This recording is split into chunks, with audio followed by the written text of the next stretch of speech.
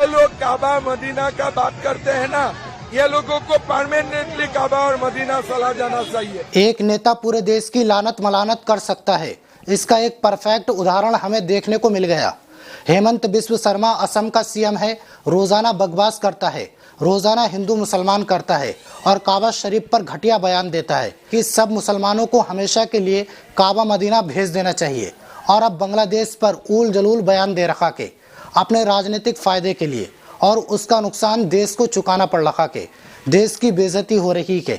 बांग्लादेश की राजधानी ढाका में इंडिया के हाई कमिश्नर पवन बांदे को बुला लिया गया, समन कर लिया गया और उन्हें खरी खोटी सुनाई भी गई।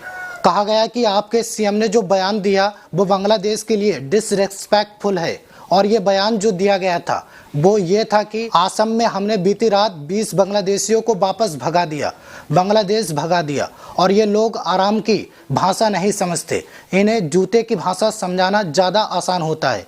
इसी बयान के चलते भारत की बेइज्जती हो रही है। क्या है पूरी कहानी और हेमंत बिस्व शर्मा का इतिहास, इस वीडियो में आपको समझाने वाला हूँ। हेमंत बिस्व शर्मा कांग्रेस के पूर्व नेता था, कांग्रेस में जगह नहीं मिली, उसे इज्जत नहीं मिली तो फिर भारतीय जनता पार्टी में आ गया। कांग्रेस में वो कथित सेकुलर नेता था, बीजेपी में आते ही हिंदू मुसलमान की राजनीति करने लगा। कांग्रेस में उसका एक किस्सा बड़ा चर्चित है पत्रकारिता की गलियों में। हेमंत बिस्व शर्मा राहुल गांधी से कुछ बातचीत करने आया था, लेकिन राहुल गांधी उसकी बातों को सुनने में बिल्कुल भी इंटरेस्टेड नहीं थे। इसके अलावा राहुल गांधी हेमंत बिस्व शर्मा की जगह अपने जो डॉग पॉडी से बात करने में ज़्यादा इंटरेस्टेड दिखाई दे रहे थे। यानी राहुल गांधी ने इसको एक कुत्ते से भी ज़्यादा गया गुजरा समझा था। भाई साहब, राहुल गांधी ने इसको पहले ही पहचान लिया था, ये कितना बड़ा नफरतबाज है और कितना बड़ा बेकार आदमी है। आगे हेमंत बिस्व शर्मा ने यह भी बताया कि मुझे इग्नोर करते हुए अपने डॉग पीडी के साथ वो बिस्कुट खेल रहे थे। पीडी को बिस्कुट खिलाना ज़्यादा मुफीद समझा गया हेमंत बिस्व शर्मा की बात सुनने से, और ये बात लगभग साबित हो जाती है कि राहुल गांधी ने ऐसा क्यों करा। राहुल गांधी से ये किस्सा होने के बाद हेमंत बिस्व शर्मा सीधे भारतीय जनता पार्टी में ट्रांसपोर्ट हो जाता है, जो कभी भारतीय जनता पार्टी के लिए करप्ट नेता हुआ करता था। भारतीय जनता पार्टी में आते ही एकदम क्लीन चिट हो जाता है, वाइट वॉश हो जाते हैं, जैसे अभी अभी नहा धोकर निकले हों। हेमंत बिस्व शर्मा तब से ही हिंदू मुसलमान की राजनीति कर रहा के, बंटवारे की राजनीति कर रहा के। असम में हेमंत बिस्व शर्मा लगातार ये कहता है कि मियाँ मुसलमानों को टाइट करने की ज़रूरत है। उसका एक वीडियो भी बहुत वायरल हुआ था, जहां पर वो एक शूटिंग रेंज में कंधे पर बंदूक रखे हुए दिखाई देता है, गोली चलाता है और गोली सीधे मुस्लिम युवक के माथे पर लगती है।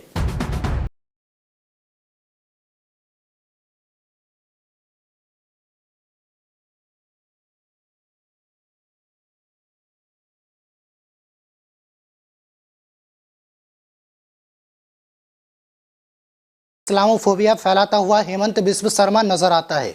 एक और बयान देता है, कहता है कि मियाँ मुसलमानों को आप जो है अपने राज्य में परेशान कीजिए, अगर मियाँ 5 रिक्शे की सवारी मांगे तो 4 रुपए दीजिए। মিয়াকে কষ্ট দিব গৈছিল নহয়, গতিকে যোনে যেনেকে পাৰে মিয়াক কষ্ট দিয়ক না, আপুনিও দিয়ক। ৰিক্সাত উঠিলে 5 টকা ভাড়া হলে 4 টকা কষ্ট খালেহে অসমৰ পৰা যাব। ৰাতিটো 9টাত গৈছিলে, মইতো মিয়াক কষ্ট দিব ৰাতি 12টাতো যাওক ক'ৰবাত যাব খুজিলে। এইবিলাক কোনো ইস্যু টিস্যু নহয়। ये 2 रुपये है। आसाम का चीफ मिनिस्टर बोल रहा है कि अगर वहां के मियां मुसलमान ऑटो में किसी को बिठा कर लेकर गए, 5 रुपये अगर ऑटो का किराया है तो 4 रुपये दो। हेमंत बिस्व शर्मा, ये 2 रुपये की भीख तेरे को देता हूं मैं, लेता क्या तू? बोल तू 2 रुपये का भिखारी है, मेरे को मैं जानता हूं तेरे को। तू सिर्फ इतना कम आदमी है, इतना छोटा आदमी है। भारत के आईन पर कसम खाते हम तमाम लोग, वो आईन बोलता है कि सब बराबर हैं, कोई भेदभाव नहीं करना चाहिए, मुख्यमंत्री हो किसी को भी, प्राइम मिनिस्टर हो, मगर बोलता नहीं मियां होंगे तो ऐसा करेंगे। इस तरीके की बातें करना और मुसलमानों का आर्थिक बहिष्कार करना पुरानी बात है, और उसके ऊपर जो मामला छिड़ा जाता है वो बांग्लादेशी घुसपैठियों का है। ये बात सिद्ध है कि बांग्लादेश से हिंदुस्तान में इन्फिल्ट्रेशन होता है। लेकिन उसको रोकने की जिम्मेदारी किसकी है? गृह मंत्रालय की। बीते 14 सालों से गृह मंत्रालय किसके पास है? भारतीय जनता पार्टी के पास है। लेकिन तब भी उनका ये रोना बंद नहीं होता है और अंततः जाकर उनकी ये घटिया बयानबाजी भारत के हाई कमिश्नर को भारी पड़ी। ढाका में उन्हें बुला लिया गया और इस बयान पर गहन चर्चा हुई। बांग्लादेश ने सीधे तौर पर हेमंत बिस्व शर्मा के कई बयानों को कोट करते हुए कहा कि हेमंत बिस्व शर्मा भारतीय जनता पार्टी के मेंबर उसी पार्टी के मेंबर हैं जिस पार्टी की इस वक्त भारत की केंद्र सरकार में सरकार चल रही है। वो नेता बांग्लादेश का अपमान कर रहा कि बांग्लादेश वही देश है जो कि भारत का एक स्ट्रेटेजिक पार्टनर है। आप याद रखिए, एक मित्र राष्ट्र है बांग्लादेश। उसके बावजूद हेमंत बिस्व शर्मा बांग्लादेश के खिलाफ बयानबाजी करता है। बांग्लादेश ने हेमंत बिस्व शर्मा के बयानों को सीधे तौर पर वाइटल रिलेशनशिप पर आहत बताया। अब आप सोचिए, एक नेता के बेवकूफ़ बयानों की वजह से पूरे देश के रिश्ते अपने पड़ोसी के साथ खराब हो रहे हैं। कितनी गहरी बात है और कितनी खतरनाक बात है। ये वही बांग्लादेश है जिसकी मदद हम लगातार करते आए हैं। बीच में जब बांग्लादेश में तेल का संकट आया, एनर्जी क्राइसिस आया, तो भारी मात्रा में बांग्लादेश को डीजल प्रोवाइड किया गया भारत की तरफ से। तब तो इनको नहीं याद आया कि भैया मियाँ मुसलमानों को बांग्लादेश को मदद क्यों दी जा रही है। लेकिन तब वो वहाँ पर साइलेंट रहता है क्योंकि मोदी जी का आदेश होगा, वहाँ पर जबान खोलेगा तो कतर दी जाएगी। लेकिन इस पूरे माहौल में एक चीज़ का जो नुकसान हो रहा है वो नुकसान है हारमोनी का। आसाम एक ऐसा राज्य है जहाँ पर हिंदू और मुसलमान सालों से एक मिक्स्ड पॉपुलेशन में रहते हुए आए हैं। उसका पड़ोसी राज्य है पश्चिम बंगाल। मुसलमानों की संख्या अच्छी खासी है और हिंदुओं के साथ भी उनके रिश्ते बहुत बेहतरीन हैं। लेकिन एक नेता की वजह से, एक पार्टी की राजनीति की वजह से हमारी जो हारमोनी है, हमारा जो सौहार्द है, वो सब खराब होता जा रहा है। तब आपको इस तरीके के बैकलैश देखने को मिलते रहते हैं। वो बैकलैश केवल घर में नहीं दिखाई, विदेशों में भी नुकसान का बायस बनते हैं। काबा शरीफ वाले बयान पर भी अरब देशों में काफ़ी ज़्यादा वहाँ पर भी लोगों ने, पत्रकारों ने आपत्ति जताई, सरकार ने भी आपत्ति जताई।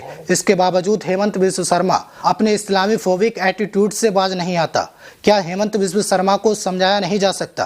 क्या नरेंद्र मोदी एक दिन हेमंत बिस्व शर्मा को बिठाकर ये नहीं कह सकते कि भैया इस तरीके की राजनीति मत करो, इस तरीके के बयानबाजी मत करो, इस बयानबाजी से भारत की छवि विदेशों में ख़राब हो रही है और ख़ास तौर पर उन देशों में ख़राब हो रही है जिन देशों से भारत के अच्छे रिश्ते हैं।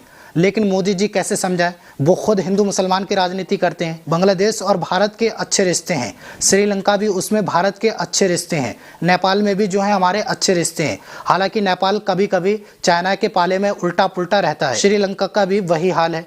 लेकिन ज़्यादा तौर पर देखा जाए तो नेपाल, बांग्लादेश, श्रीलंका ये तमाम राष्ट्र भारत के पक्के मित्र माने जाते हैं। और तो और बांग्लादेश के गठन की कहानी भी भारत के शौर्य पर टिकी है। 1971 का युद्ध आपको याद होगा, जब इंदिरा गांधी ने मुक्ति वाहिनी सेना को समर्थन देते हुए मिलिट्री कैंपेन चलाया और उसके बाद पाकिस्तान के 2 टुकड़े हुए, बांग्लादेश पैदा हुआ और तब से ही बांग्लादेश भारत का मित्र राष्ट्र है। और एक मित्र राष्ट्र की तरफ से हेमंत बिस्व शर्मा का ऐसा एटीट्यूड भारत के लिए नुकसानदेह है। इस पूरी खबर के बारे में आपकी क्या विचार है, आपकी क्या राय है, हमें कमेंट सेक्शन में ज़रूर बताइए। मिलते हैं आपसे किसी न्यू अपडेट के साथ, तब तक के लिए शुक्रिया।